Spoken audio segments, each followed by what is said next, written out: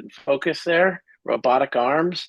And before we introduce Matt, I just want to say that this is a beautiful book. It's really, uh, well designed. Are you going to show a page from the interior there? Yeah. I want to thank our art director, Julian Brown, and Jim Burke, who actually did the layouts and the illustrations, and Kevin Toyama, who is the book's editor. And but I have to say, the best thing, Matt was a joy to work with, and for a first-time author, and really glad to have him on today. Let's bring Matt on, and thank you for showing that thing. The other thing I wanted to mention, two things really. One is I hope you're all Make subscribers. Let me know if you're not, and see what we can do about that. But our current issue is how to train your robot, and it's about humanoid robots for the most part, and then we're also working on a robotic kit, and we'll drop the link into it. But Matt will show us that kit later, and we're working on getting that in Maker Shed. So again, thank you for everybody for sharing, and love to see a lot of repeat offenders in the chat, and I'm glad to have you with us today. Well, first of all, Matt, welcome. Hi, yes. Hi, welcome everybody. I'm so honored to be here, and I've been looking forward to getting to talk with you, Dale, about the book and robotic arms and the state of robotics in general. We could, I'm sure, talk for hours about that. But yes, I'm Matt Eaton, the author of the book, and so excited to get to be here to hear from the maker community, to get to talk with Dale, and to talk robots. Yeah. Just a quick thing before we move along. Jamie put in the chat, there's a promo code, RoboArmo, to receive $5 off the print or digital copy of the Robotic Arms, and also to get a link there to get the kit in Maker Shed. Now, you may want to wait a little bit on ordering the book because we're going to give one away tonight. Jamie will put all your names in a hat and stir them up and pull one out, and we'll That's announce that at cool. about 20 minutes into the program. So again, but Matt, where are you and what do you do by day? Yes, absolutely. So I am right now in Greensboro, North Carolina, and so I work at High Point University, and I serve as the Makerspace Manager, Engineering Lab Manager for the Webb School of Engineering.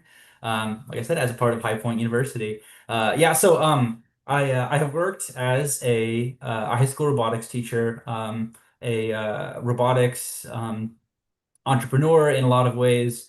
And in the last 4 years or so, kind of moved into the makerspace management field. And it has been really fun to kind of, go from the traditional classroom to the less structured environment in which, you can support students in robotics projects and electronics projects and, software projects and all of that. So yes, so by day I'm a makerspace manager and I enjoy every minute of it. Yeah, that's great. Tell us about your makerspace. I mean, what does it look like? How big is it? Yeah, absolutely. What do you Okay, got so in we're it? actually in a very exciting time right now. So, with the Webb School of Engineering, so we are High Point University is a relatively small university, and I think typically the kind of student who wanted a small school engineering experience needed to I don't know. There was always like some issues in terms of like, well, I want to get an engineering degree, but it's not. They don't really offer this at our university, and so. We when we started the program, I wasn't there at the very beginning, but we want to do things a little bit differently, and so we started with electrical and computer engineering, and so we had those majors, and so and it was that was so much fun, kind of getting helping the program get started, and seeing that program grow, and this year for the very first time, we're offering a degree in mechanical and mechatronics engineering. And so with that, we've needed to expand. And so right now we have about, I don't know, maybe about 1,000 square feet of makerspace. It's modest. It's inside of our engineering building. Um, but it's currently under construction and we're set for mid-July. We're opening about a 7,000 square foot makerspace. And this is to launch the whole program to be able to support our new mechatronics engineering students and our mechanical engineering students. But But what's really cool is it's also going to be the first time in which we can kind of serve as a campus-wide makerspace. So we'll have entrepreneurship students, we'll have our physics students, and we'll have other all these groups of students working together um, in a really cool way in a really awesome space. And so yeah, Yeah. So, what prompted you to write this book? absolutely. Yes. So one of my big passions is sort of demystifying some of these robotics concepts that I think in some ways people can feel kind of like gate kept. It's like, yeah, you could, learn how to build this robotic arm. But you need to wait until your junior year and you're taking a linear algebra course. And so I had a lot of students who had diverse backgrounds in the makerspace, and so I had some students who were interested in animatronics, and some students who were I had some students who were trying to build a chess playing robot, and so there are other students who have other kinds of projects, and so I realized that there was sort of a central theme to a lot of these robotic arm based projects, and that was inverse kinematics. If students really wanted to take these projects to the next level and understand not just guessing where they think their motors need to be, but controlling the end effector of these robotic arms, whether it's the arm of an animatronic robot or a chess playing robot, that it can be done with really some pretty basic trig. So a little bit of trig, a little bit of geometry, and you could get some basic robotic arms to do some really awesome things. And so um, when I was doing this kind of research, thinking about developing some makerspace events centered around inverse kinematics, like, hey, it's inverse kinematics night. Kind of developed that content, and the content sort of grew from there. And I thought, there was probably some other people in my shoes who wanted to take robotic arm projects to the next level, but didn't have one place to put it all together. So it sort of started off as a workshop, and then grew into this sort of idea that you could have a book that showed you step by step, going through the inverse kinematics of many different robotic arm designs, kind of increasing complexity and going along the way. So yeah, that was my goal, is to sort of inspire Yeah.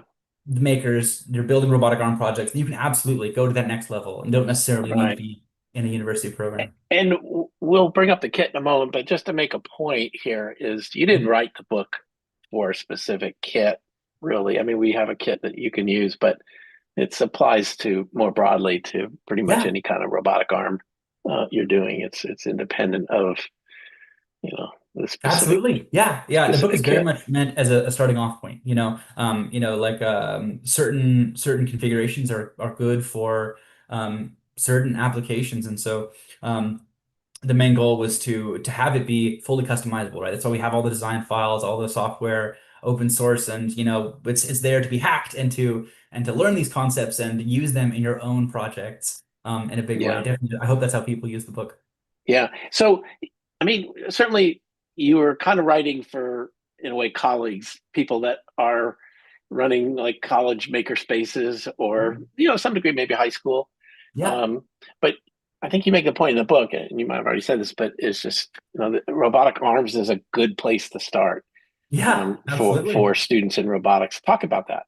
Yes, of course. So, a lot of you guys out there who are teaching robotics, right? So, we see a lot of rolling robots in education, right? Absolutely, of course. And because it's a lot of fun, students love it, and you can learn so many amazing concepts. But, I think that when it comes to robotic arms, you have a specific opportunity to engage with some of these mathematical concepts that I think we see students all the time asking, why we need to know this. I mean, if you've been in education, you've had the question, why do I need to learn this? You know what I mean? And I think that particularly with robotic arms, you can have some really exciting results from integrating some basic math. And so, you know, I think that there are some students who may not enjoy doing math, but I think there's a lot of students who are also scared of math. I feel like that's kind of how I was you know, um, when I was younger and had aspirations of becoming an engineer. I would say that it was always so intimidating to me, and so I found that integrating Yeah, robotic you arms, write in the book, I was terrible at math, or at least I yeah, was convinced I was. absolutely. Yeah. Um, Yeah, exactly. And so, it was only through years of working in robotics education as well as, pursuing a master's degree in robotics engineering that now in my mid 30s I've convinced myself that okay, maybe I can do this, but yeah, so I think in a classroom setting, but also too, we definitely worked on this book in a way. So I think that there are several people who I hope could benefit from this. So if you're a student, who wants to get a head start, right? You think you want to study engineering maybe one day, but you're working on a robotic arm project and you want to start to get a preview of some of these concepts, right? Yeah. Or you didn't go to an engineering university, but you want to build robotic arms, and like there are all kinds of really cool things you can do with this. So like let's say you're making YouTube videos and you want to make a robotic arm that can track cameras or something, and you don't have you're not going to enroll in university to understand some of the math behind some of this stuff. But if you can pick this book up, you can create a robotic arm, and so that hobbyist absolutely can benefit from this. And I think there's also potential to make this a unit within a university course, I think at least I hope there's lots of different groups of people who can benefit from the Yeah. content. Why don't you show us the robotic arm Yeah, that you yeah, have there? absolutely. So, Yeah. so the way that the book is structured is that there are three robotic arms that you build. And so you start with a very basic robotic arm.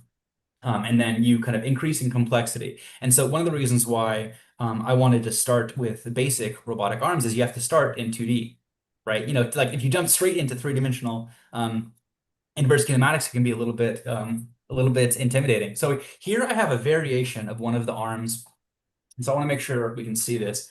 And so one of the first things that I designed was this grid system. And so I wanted to make a singular grid in which you could mount all three of the robotic arms, but you could also measure where that arm is, because one of the whole goals of inverse kinematics is to be able to not guess what angle your motors need to be. You can say, okay, I know I need to be 100 millimeters up and 100 millimeters in, and so your motors then are able to calculate, or with inverse kinematics you're able to calculate the exact angles that you need to send to your motors.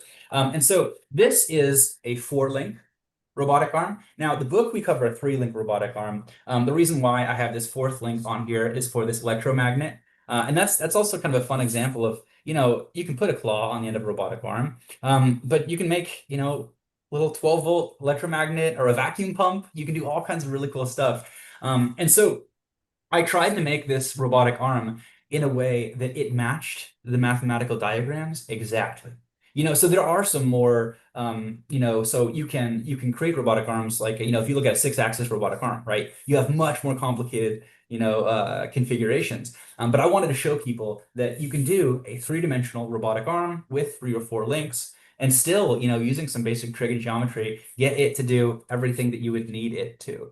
Um, and so the very first arm that you build is just a simple 2-link arm.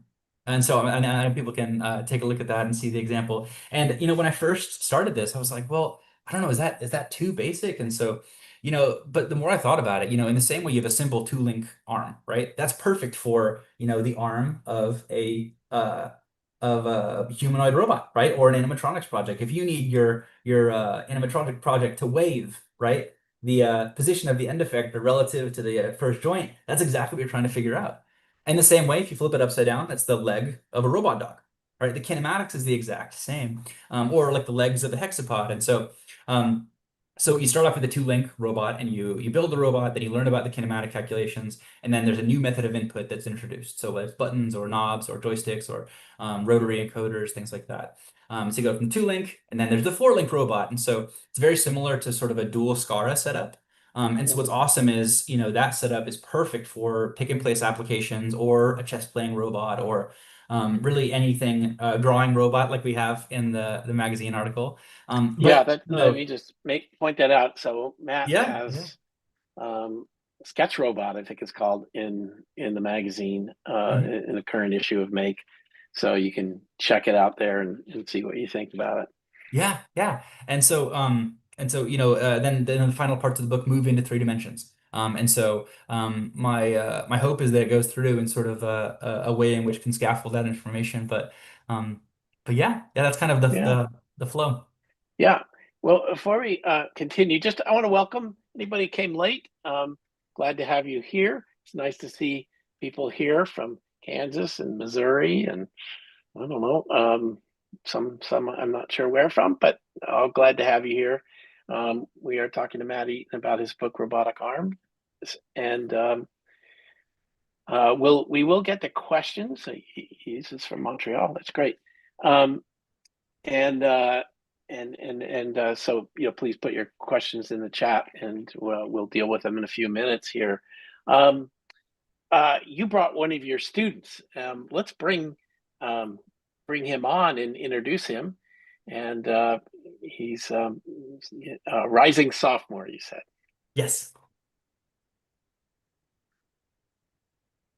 Okay, there we go. Justin Somerville. Hi, Justin. Hello, How are you? I'm doing good. How about you? Good. We're happy to have you, and thanks for sharing your work. And it's kind of cool because really you write books, and it's really you want people to be able to read them and do things, and that's what you've been doing. So I don't know, set it up for us, Matt, and then we'll have Justin talk about what he's been doing with you. Yeah, absolutely. Yeah, so Justin, one of my absolutely super impressive students at High Point University. I'll let him introduce himself in a second here, but yeah, so I wanted to introduce Justin and have him join us today because he's the kind of student who really flourishes in a makerspace environment in which you have your studying engineering, but makerspaces allow for so much creativity, and so he's been working on a really cool robotics project, and so.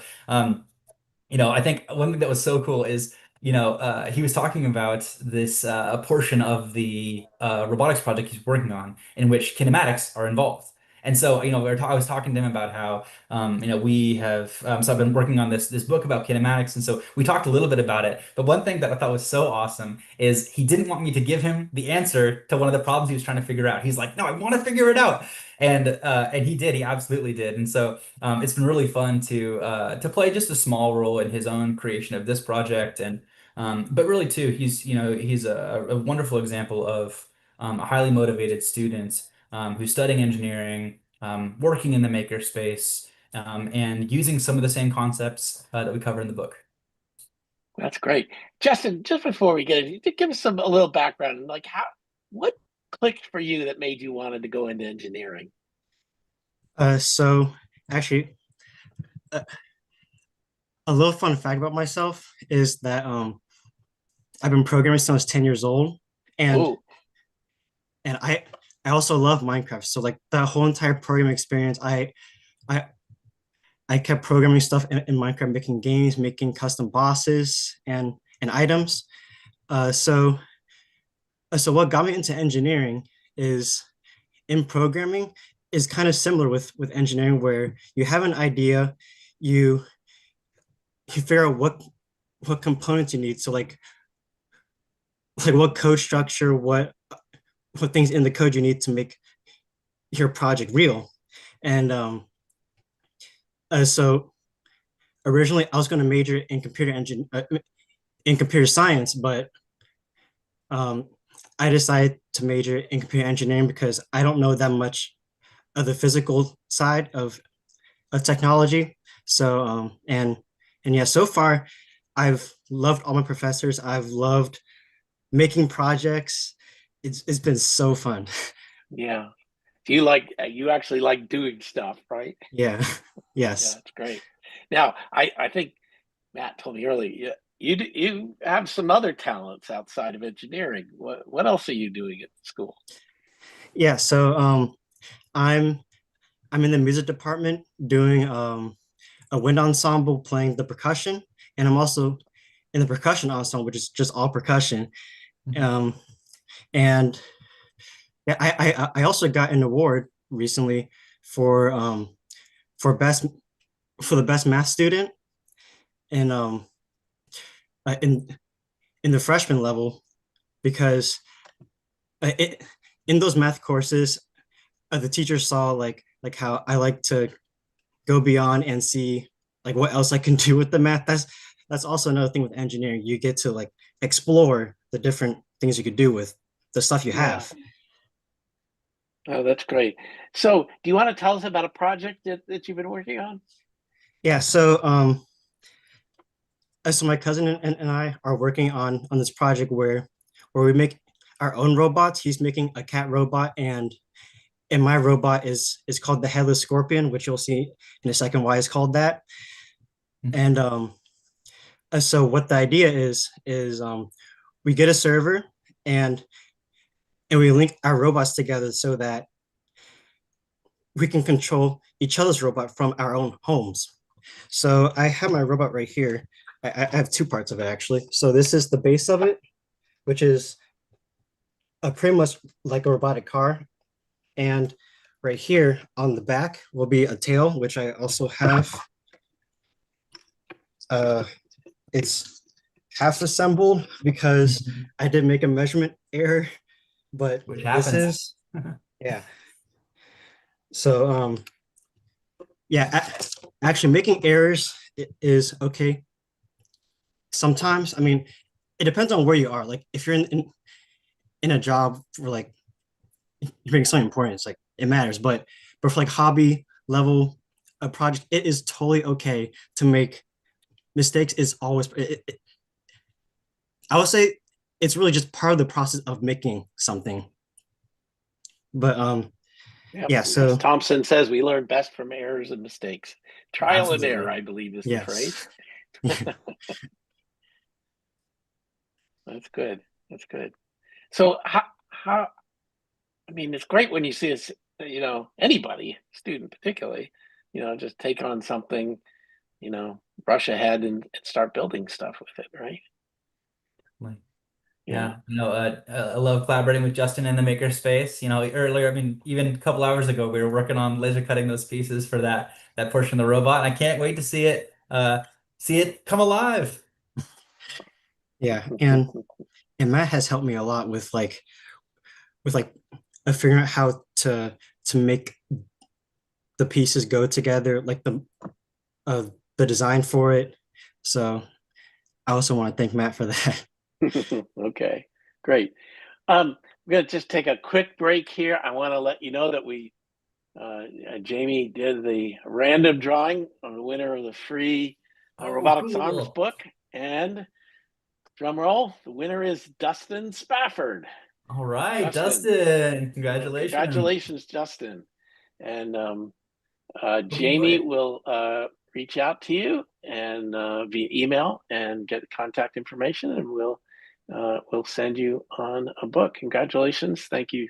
Oh, there. He's there. You're actually a real person. That's great.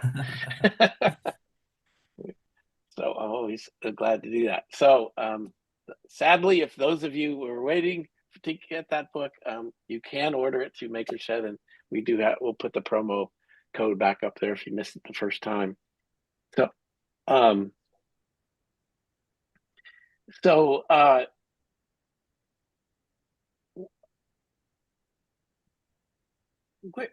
for someone coming, we're talking like Justin's kind of in an engineering program. Mhm. How about like how much engineering context do you need to be able to do robotic arms? Absolutely none. Okay. Yes. So that, I mean, I think that surprises people. But no, one of my biggest goals was with this book in particular is to be able to start from scratch. I think a lot of times, I think it's not very often the robotic arm is someone's first kind of robotics project. Yeah. Oftentimes we start with learning microcontrollers. We're blinking LEDs, we're doing these sorts of things, and so it would certainly be helpful. Um, but no, so we start with moving a single servo, and so some of you guys out there who have done that before, we know that getting a servo to move to a specific angle, I mean that takes just I don't know 5 or 6 lines of code. And so you can really start small. You can even download the code, upload it, you see that the servo's moving, and then you think, okay, cool, I can maybe change the angle, and you can start to feel that. And so very quickly we're creating systems in which we have multiple servos working together to make something like a robotic arm. But absolutely, I think despite maybe being a little bit intimidating, that building a robotic arm is a very good first project. You know, Right. um, And and I think the other side, it's also a computer science project, if you will. I mean, you're writing right, code. This yeah. I think your robot arm is based on Arduino, using Arduino as the Yes, platform. yes, it is. Yeah. So Yeah. we're writing our code in Arduino, uploading it to do that. Lots of the code's in the book and also available online. But in some ways, you're sharing how to do these inverse kinematics in actual code, right? And the kind of Yeah, modeling how to yeah. do that, right? Absolutely. I think one thing I think that students find surprising is how easy it is to take a mathematical equation and translate that into code. When we think about like even sine, cosine, tangent, and the inverse. There are functions for that in Arduino as well as obviously within Python and any other programming language. And so I think that once students kind of make that connection, my hope is that they can realize like I mean one of the reasons why we invented computers as a species was to be able to do math quickly faster than we can ourselves. And so yeah, so we go through the math in terms of the traditional, mathematical environment with your equation, but also too, all of those equations are present in software as well. Um, and so I think at first glance it can get kind of hard to see that relationship, but I also think establishing that relationship and seeing how those work together really opens up a lot because, in the same way that, we can use a matrix, not that we don't dive much into matrices and things in this book because, it's meant to be trig based that can be run on a microcontroller, but the same mathematical calculations to rotate a vector is exactly how your GPU is working to rotate geometry in Yeah, video games. It's all the same. yeah. Um, let's talk a little bit about more general kind of. I mean, it seems to be a real exciting time in robotics. I mean, Yeah. like if you're a student, I mean, this is a pretty good thing to get into, right? Yeah. I mean, Yeah. you've got hardware, you got software, and you got AI all Mhm. converging on robotic platforms. Figure out how to do things that, in a new way. So, I mean, Robotic Arms is I don't know if you're using AI in any particular way in that, but we in the magazine we're talking about sort of robots that have AI for brains in effect, and that changes how you program a robot instead of Yeah. Yeah. descriptively saying do this, you're asking it to figure out things and simulating the best way to do it, which is kind of a really fascinating new area. hmm Absolutely. I think anyone with an interest in robotics should absolutely pursue it. Um, I have a catchphrase I tend to use pretty often that anyone can build robots, and that's something that I absolutely believe to my core. And so yeah, I think that it is a tremendous field to be a part of because like you mentioned, there are so many different aspects of this, you know. And so you're right. In my recent master's degree, we talked in some ways, about some of the ethical ramifications of the state of AI, and the AI and robotics, that relationship. Because to say that this this kind of cohesion of all of these areas is as exciting as it is terrifying in some ways, And so Yeah, I think it's awesome. And the more amazing, makers and engineers we have in the field, I think the stronger the field will be. Um, yeah. but it Let me really ask does have something to do. Justin, what do you think, when you look ahead in your future, where do you think you're going to be doing and working on? Is it going to be robots, do you think? Roblox is definitely going to be part of it. I still want to keep up like programming projects. Basically, in the future, I see myself either having a lot of money where I don't have to worry that much about like a job, or or Nice. having my own business where I can make my own projects that will Yeah, help other people. that's And the maker dream. Yeah. yeah, That's good. That's very good. Um, Vincent asks a question in the chat. What do you have to think about when creating robotic arms with servos, torque, and what arms to use? Yeah, absolutely. So I went back and forth a few different times at the early stage of this book, whether to go with servos or stepper motors, because as you start to increase your strength requirements, your speed requirements, it's kind of like I feel like there's a progression from servos to steppers to even then brushless motors because your more industrial robots are very much um, using geared brushless motors in that regard. And so yeah, so I decided to go with servos because of that simplicity. But what's really cool is, robotic arms can scale, but as you scale, and as that person mentioned, you can have vast increases in torque requirements. And so I think that, measuring, the scale of your robotic arm, I think measuring it to your motor is super important, right? So like I think that can be a good starting point. So like, in this regard here, we used MG995. I'm sorry, yeah, I'm sorry, the MG995. You could also use an MG996. It's a very common hobby servo, and so you can look at things like, okay, cool. So I don't know its exact torque requirements or torque specs off the top of my head, but its power consumption is relatively moderate. But if you wanted to, you could go to a much crazier servo like a DS3218. But then you're like, oh my gosh, I'm going to pull an amp and a half per motor, and that's not really going to work. And so I think that the scale of a robotic arm is super important. Um, and that can be tough to dial in the beginning. And so I think matching your scale to your first motor is a really good idea. But also too, I think, one of the reasons why we wanted to start with servos here is that it's relatively easy. You don't need a driver board, you don't need other things. But what's really cool is, you can very quickly scale up. And so, you can go from a robotic arm design and with a little bit of CAD, you can convert that to something like a NEMA 17 motor with a gearbox. And these are some of my favorite motors. They're a NEMA 17 with a cycloidal gearbox, and these guys are so powerful. But they're also, they're not very affordable. But if you need that accuracy, you can. And so what's so cool is you can scale up, you can scale down. It's all about your needs. And so I think, matching your scale to your motor is a very important thing to do in the very beginning, initial stages. But also to purely, defining how much accuracy you need. Because in some cases, the accuracy you can get from a stepper motor, I'm sorry, from a servo is enough. But, it's important to remember too that like, a 1 degree of difference, over 2 or 3 feet can end up being a huge discrepancy in accuracy. And so I would say that's another thing that's important to think about whenever you're designing a robotic arm. What are some of the application, even with these kind of hobby scale servo or robotic arms and servos? What are the kinds of things you can do that's sort of fun to build?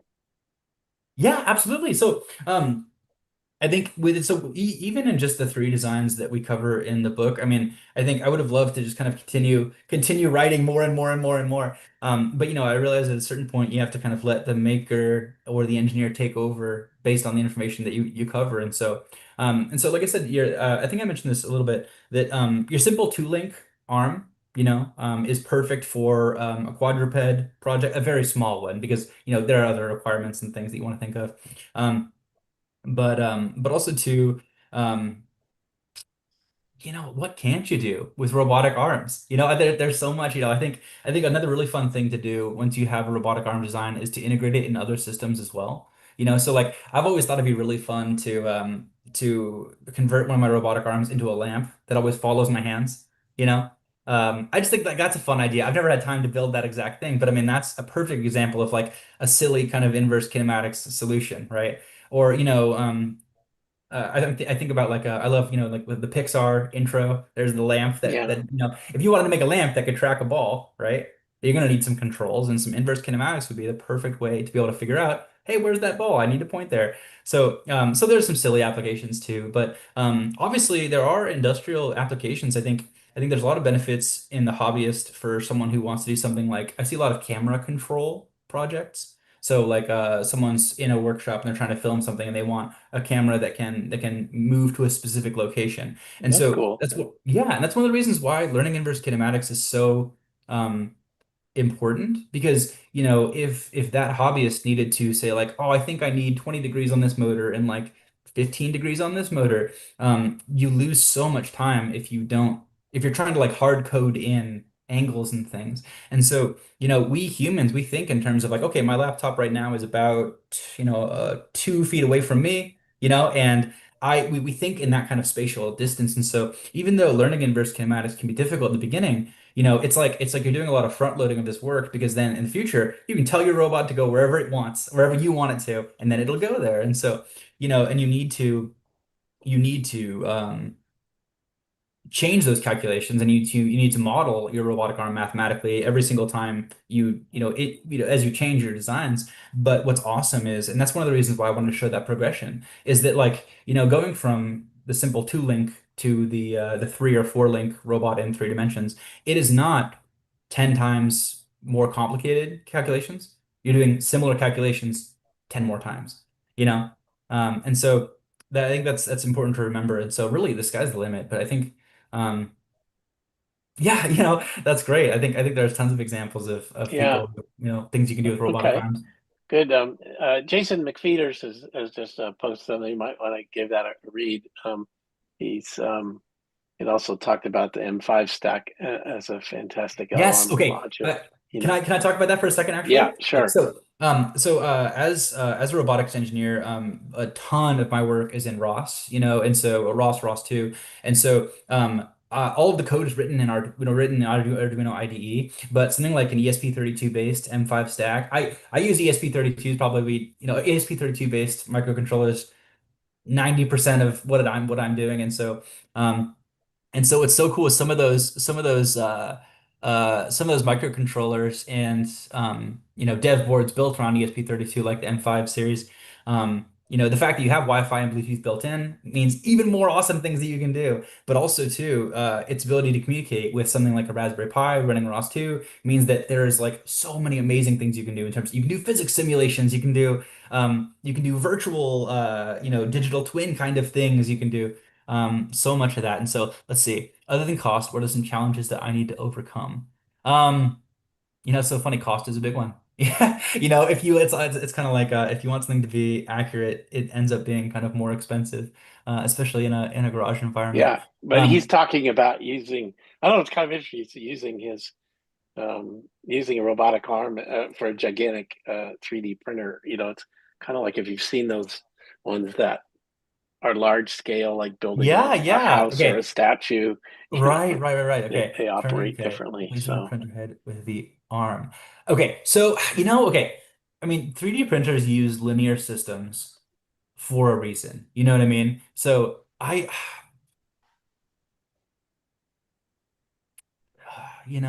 okay. So yes, that's difficult. And I think it sounds like a really cool project. I imagine kind of like, the tracks of your garage door being replaced with linear rails and these sorts of things. Um, well, we'd like but to that's see pictures. yeah, absolutely. I would love to see that. Yeah. But Hey, but moving on, yeah, Gary has a basic real question. Define inverse kinematics. yes, absolutely. Okay, so there are so within a robotic arm, you have forward and inverse kinematics. And so one of the reasons why I don't really cover forward kinematics is that it's important to learn, and depending on the mathematical method you use, it's easier to derive first. But when you're using a trig-based approach, it really isn't any more difficult to just start with inverse kinematics. And so inverse kinematics as its core is a way to create a series of equations in which you can have your desired um, the end effector of your robot, its desired position as the input, and the output are the angles that you need to get there. And so, it's in some ways it's like, well, I mean, can't I just, tell my servos where I need them? So if I use this robotic arm as an example here. So let's say I need to get to the exact middle of this grid. And let me see if I can hold this up here. So like I have a robotic arm and I need to pick something up exactly in the middle of this grid, right? I could guess what angles I need. So, right. So like, we as humans, we can say like, okay, that's kind of like 45-ish degrees. That's like close to 90 degrees. I don't know, maybe 120 degrees. We can guess. I mean, that's something we can do. But if we want to get something in a specific place, that can take Precisely. so long. And Yeah. so you can derive these inverse kinematics equations once, and then, in your software, you can say, hey, go 100 millimeters forward and 25 millimeters down. And you can spit out those angles and then send those straight to your motors. And so there's some other benefits of that too. And that if you're slowly increasing your linear goal, you can also achieve that sort of linear motion that we often see in more expensive robotic arms. And so that can be helpful too, because if you're changing all of your angles every single time, you're picking something up, right? And you're going, whoa, over here, and you're making these big movements. But if you're constantly running these equations, you can slowly increase your goal in Z and then increase your goal in X. And you can sort of get some of these more So instead of being like herky jerky, you yeah, have them exactly, more smooth. exactly. So Yeah. forward kinematics, it's like forward kinematics, just for the record, is where you have the angles, right? And you want to calculate where the end effector would be if you use those angles. It's like if I had 40 degrees, 30 degrees, 20 degrees, where would my end effector be? And so inverse kinematics is a much more useful equation, or sets of equations in my experience. And so because oftentimes we have a robotic arm and we need the end effector of that arm to be in a specific place. And so, Okay. Good. Well, Gary, I hope that explains it for you. There's a whole book on it if it doesn't. Um, we have a question for Justin. We got a couple good questions here. all right. So, Justin, what advice would you give someone who is in high school and they're thinking of going into robotics? I would say to really just start on projects because Yeah. like the best way to learn something and to get better at it is to just get experience. Um, like I can't even tell you how much I learned from just making this one robot. I uh, so yeah, I would say just starting on projects is is the best place to start. And I wouldn't say like pick any like, as long as it's a project that you're passionate about and is like not the most complicated thing in the world. um, but if you want to give yourself a challenge, you can go ahead. But yeah, passionate projects is definitely the biggest advice I have, and that's also what got me to love making things and projects. Yeah. Yeah. Okay, good. Well, so I mean, the basic idea there is just get started, however you can get started, right? Do something. So, um, Alan asks, are Chinese items, parts, steppers, sensors, acceptable versus USA products? They are a lot cheaper. Yeah, I don't know how many USA parts there are in some of these places, are there? Right, absolutely. So yes, so whenever I am developing robots, absolutely, I'm getting parts from anywhere that you can. Sometimes if you're a student and you're a maker, you need to make the more affordable solution. I don't think there's anything wrong with that. Um, I think that absolutely, we're in a period in which global trade is kind of in a very difficult spot, and that breaks my heart, especially for the maker community, um, who aren't involved with big corporations and that don't have the ability, I hope that some of these common maker components continue to be accessible, moving forward. Things like stepper motors and servos and things like that. Absolutely. Yeah, certainly. Yeah. I think we're all stronger when we work together globally in terms of Yeah. engineering. Is it is there any market for used stepper motors or something like finding these Oh, things in and that's a around? really good question. I don't know if I would buy a used stepper motor.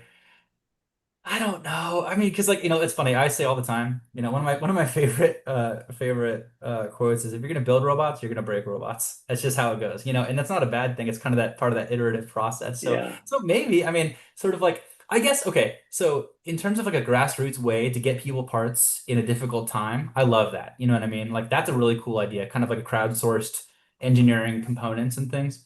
But yeah, I don't know. I think engineering projects, some of these components take some abuse, so I don't know about that. But oh yeah, Radio Shack, man, back in the day when you could actually get a servo and things like that in a brick and mortar store, that was pretty cool. Yeah. Um, Poor but old Radio Shack. Um, yeah, Listen, Josh Thompson's asking, can I get all the board guides? I'm not sure what you're asking for. Um, so are you talking about Make's board guide issues, which comes out once a year, or something else? So let me know. Um, you can, yeah. uh, so yeah. It's actually true. Kind of there. We don't have Radio Shack, but we have great places like Spark Fun and Adafruit, and Yeah, you just can't wonderful go hang company. out in person there. That's the only difference. Yeah. And DigiKey and various other places.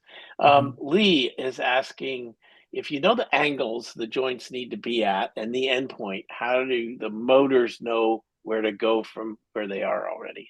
That is an excellent question. And so that's one of the things that's actually really important in terms of your motor choice. And so, actually in the book here, not to say, oh, you'll only know this if you get the book, but there are a bunch of also great videos out there in terms of like the internals of a stepper motor. I'm sorry, of a servo motor.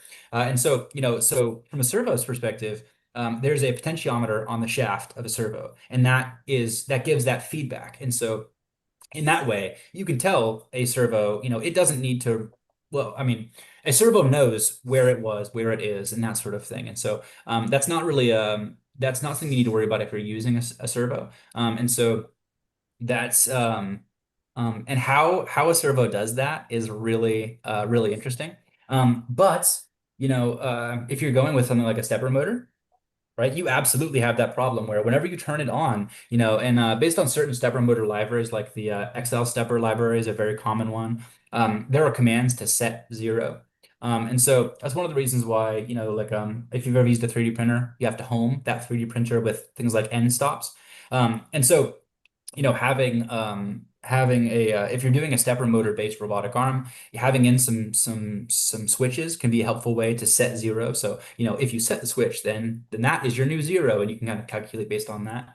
But also too, we're talking about accuracy and price. If you need a system that is much easier, you can get closed loop stepper motors too. I've actually never purchased a closed loop stepper motor because they're kind of expensive, but in that system, you have that support circuitry that acts like that. And so also too, through the use of encoders, you could do that. You could use an optical encoder or magnetic encoders, all kinds of good ways. But again, that's one of the reasons why I chose to use servos in the beginning because, you can set a servo to a specific angle, and thanks to the potentiometer and the control circuitry, you don't have to worry about that homing issue as you would with steppers. Yeah. Okay.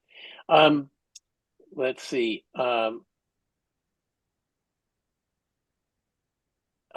see.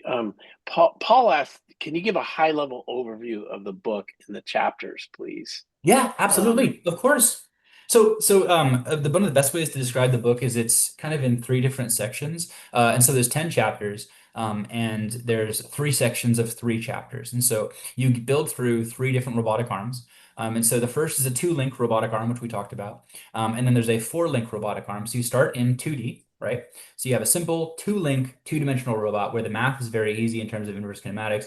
And then we introduce a method of input. And so I think we start with potentiometers and buttons, right? So you can move potentiometer and your angles can match, or you can use a push button to slowly move an angle forward or backward. And so that's kind of how you break up the first three chapters. There's a build chapter, there's an inverse kinematic chapter, and there's a new method of input, right?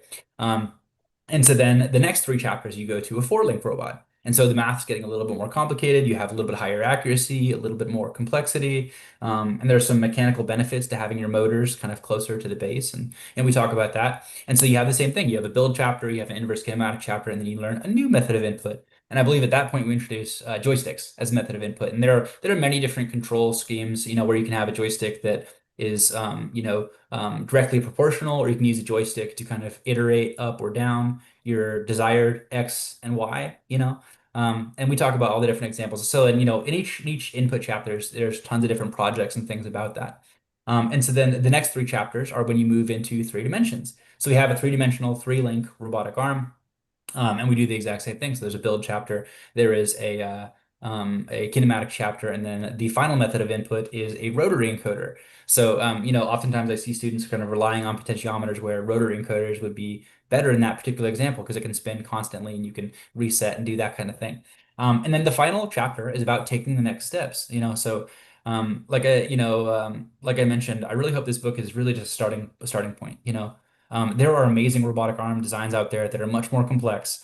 And so, I created these three arms to be teaching tools to learn some of these concepts. But all of the code, all of the design files are all up open source. And so I hope people take these, edit them, use them to do all kinds of, crazy projects and things. And so, um, so oftentimes, classically, when you think of inverse kinematics, you think of linear algebra, right? And so I love using linear algebra in some of my other higher level work that I've done. And so I think it can be super intimidating to students, but I also absolutely encourage students to start learning about matrices and vectors and things. And so in that last chapter is taking things further. It's like, oh, you could make a delta robot, you could do a six-axis robot, you could do an actual SCARA robot. Or you could move to a Raspberry Pi if you wanted an internet connected or ESP32. And so that final chapter is like how to pick the right microcontroller for your project, how to pick the right motor for your project, how to pick the right kind of mechanical design, and then a brief introduction to some other concepts that may help you take things to the next level and take what you've learned in the book and progress forward on through your engineering career. Right. Okay. Mike Roberts asks, what's the best mechanism to provide feedback for the best placement accuracy? And someone else, Alan, responds, encoders are one of the best ways to get feedback on motor Yeah. position. Calculating all your joint angles will give you good placement info. Yeah, So absolutely. Encoders are the way to go. And there are lots of different kinds of encoders. There are high-speed encoders and, lower resolution encoders, optical encoders, magnetic encoders. And so also too, for a lot of the like the rolling robots that I do, having encoders on your DC motors to get things like odometry, which allows you to do all kinds of things like, slam and all kinds of other awesome things. But yes, certainly, if you have a something like a stepper motor and you need to be able to accurately tell where it is, encoders are certainly the way to go. yeah. Um, Earlier you mentioned Ross and Yeah. Ross 2. Can you Mhm. talk about? I mean, I had a conversation with you about there's transition to Ross 2. Yeah. This is not necessarily good news for college robotic programs that have platforms based on Ross one on Ross Yes. 0, Yes, right? absolutely. So those who are heavily involved in the ROS and ROS 2 community know that there are some pretty key pieces of software that are reaching end of life. So, ROS in general, the transition from ROS to ROS 2, but also things like Gazebo Classic kind of going out the window. And that transition has kind of been a little bit rocky in terms of different versions of things. And so whenever you're talking about Linux-based robotic systems like ROS, things can start to get a little bit complicated. And um, so yeah, I hope that the universities because I think those in industry will have an easier time kind of transitioning and have kind of started that. But to develop coursework can take a lot of time, and so I'm a little bit worried about undergraduate and graduate robotics education and that transition. And so I've been working on a project about sort of like a general purpose ROS2 based mobile robot and arm put together so you could kind of to help people transition. Because I think that you're like, some people are like, or some professors would be like, oh, I'm just not going to update anything. But then they'll realize that their students can't install packages because they're no longer supported in things. And so yes, the ROS2 transition is really exciting, especially we're talking about the exciting state of, industrial robotics and robotics education. Um, it's definitely a very exciting time to be a robotics developer because things are moving quickly.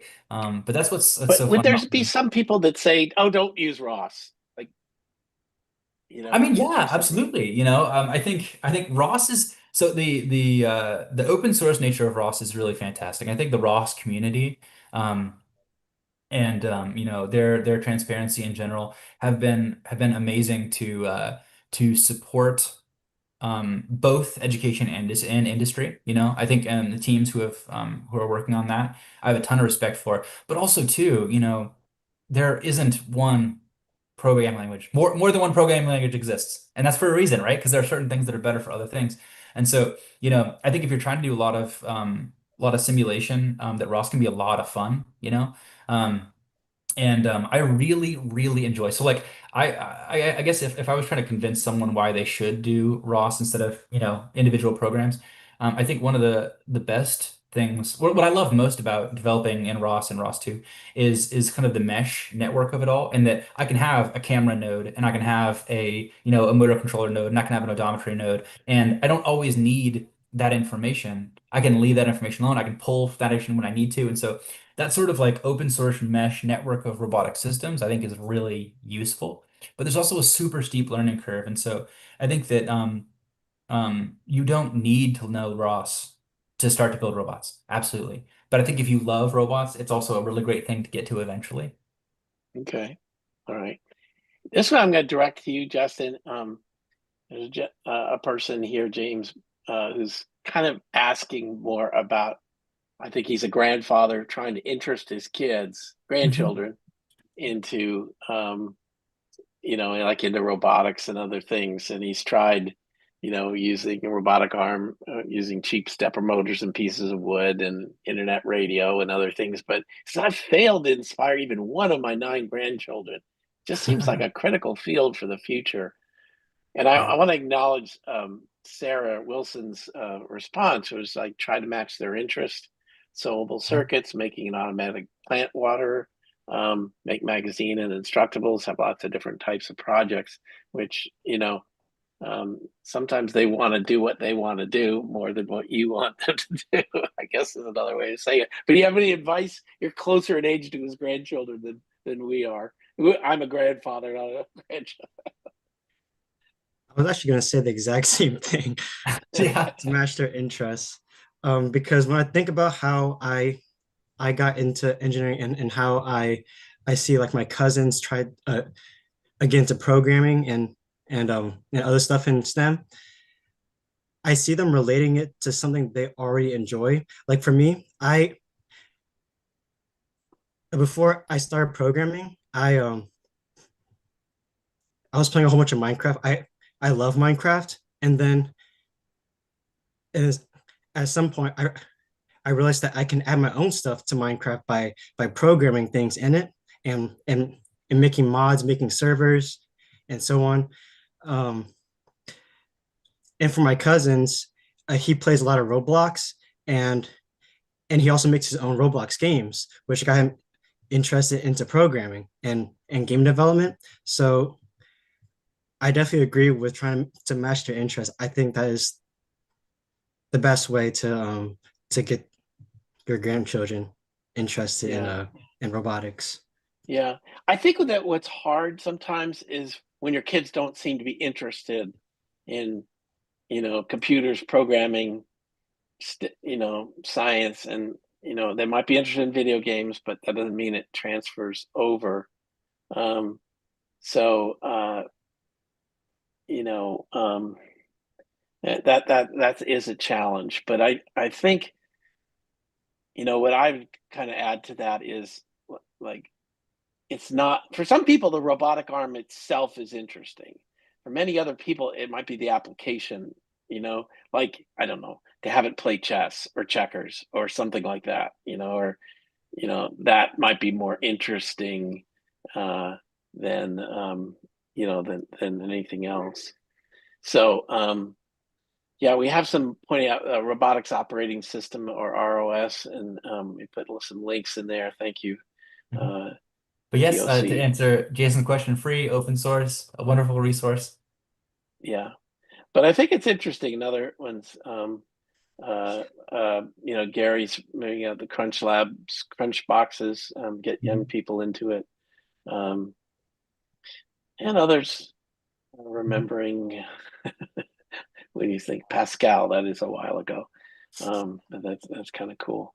But Yeah, no. I think one of the things we see a lot is the creative side of this is really draws people in. It's not Mhm. just the engineering. It's all like same thing. It's like, what do I get to make out of it? Does it do something that I care about? Even things like cosplay can be a lot Mhm. of fun, right? Yeah. And I could almost think like having a third arm in a cosplay costume would be, kind of fun Yeah, and, or and wings bizarre. or a tail or something. Um, yeah, and Dale, I saw one question from someone named Mark. Is it okay if I address that Yeah, question? please Okay. do jump in. Mark Avery, you had a question about, your son loves to program macros for his mouse. I mean, I don't want a backseat drive, but I had a thought. I thought it'd be a lot of fun. So, I had a student. with limited mobility years ago. And so one of the things I love about ESP32, among literally hundreds of things, is that it is really easy to get it to act like a Bluetooth mouse or keyboard. So you can have a microcontroller, and so it might be kind of fun. So you can trick the ESP32 to act like a Bluetooth mouse, and then you can use like a gyroscope to move the mouse with your head. And so if you're playing games, you could see that you could have some mouse or keyboard operations mapped to your head. And then also do all kinds of things. So I don't know. Just when I think about mouses and or computer mice and games and things, I just think it's kind of a fun idea. Yeah. Yeah, it is. I'm trying to answer the question of Josh, and I can't do it in the Q&A for some reason. I can't get that there. Josh Thompson, can you get the board guides as a PDF? Yes, there are ways on our site or Maker Shed to get them. If you have any problems, write me, dale@make.co, and I'll send you some links for that.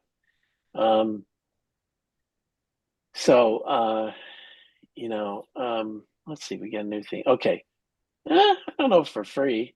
Um, uh, you know, so anyway, Mark asks, where could I go to look for ESP32 head tracking? Yeah, for sure. So I would just I would great, you can get an ESP32. Any model is totally fine. So just getting the ESP32 on Amazon. It really doesn't matter which model you get. And so I would probably use let's see. Oh, I'm blanking on my chips.